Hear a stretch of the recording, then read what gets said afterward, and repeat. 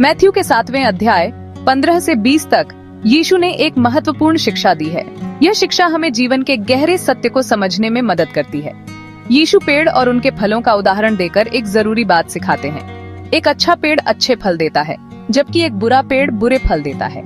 यह एक सरल लेकिन गहरी सच्चाई है।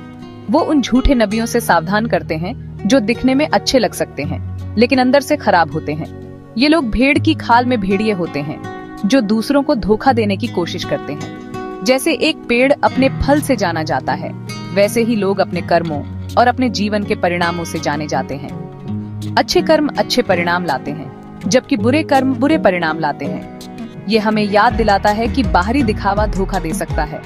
लोग अक्सर अपने असली चेहरे को छुपाने के लिए मुखौटे पहनते हैं, लेकिन सच्चाई हमेशा सामने आती है। हम हमेशा किसी के शब्दों या पहली मुलाकात से उसके असली